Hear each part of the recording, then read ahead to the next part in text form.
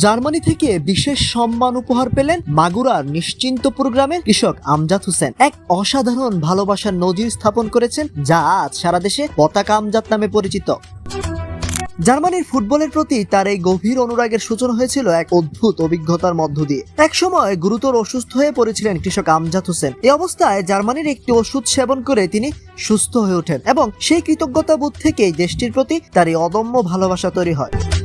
2014 সাল থেকে শুরু করে দীর্ঘ এক যুগের পথ চলায় আমজাদ হোসেন নিজের সন্তানের মতো আগলে রেখেছেন তার তৈরি এই বিশাল পতাকাটি। শখ পূরণের এই নেশায় তিনি প্রায় 30 শতক জমি বিক্রি করেছেন এবং এতে ব্যয় করেছেন প্রায় 10 থেকে 12 লাখ টাকা।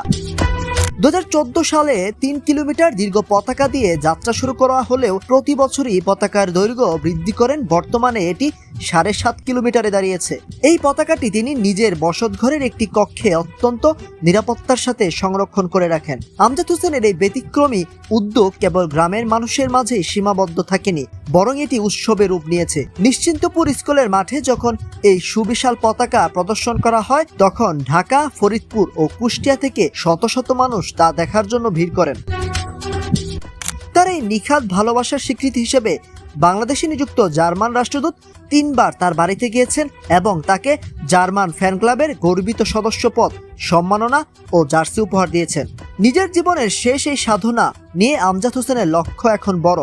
পরবর্তী আয়োজিত বিশ্বকাপে তিনি 10 কিলোমিটার দীর্ঘ পতাকা উপহার দেওয়ার স্বপ্ন দেখছেন। শুধু তাই নয়, তার একান্ত ইচ্ছে হলো একবার জার্মানিতে গিয়ে প্রিয় ফুটবল দলকে সরাসরি দেখা এবং শেষ পর্যন্ত এই পতাকাটি জার্মানির কোনো জাদুঘরে নিঃশর্তে দান করে আসা। এলাকার মানুষ এবং তার পরিবারের সদস্যরা ওই বৃদ্ধ কৃষকের এই মহৎ ও আবেগপূর্ণ স্বপ্ন পূরণের অপেক্ষায় আছেন। দর্শক, এই ছিল আজকের খেলার জগতের সর্বশেষ খবর।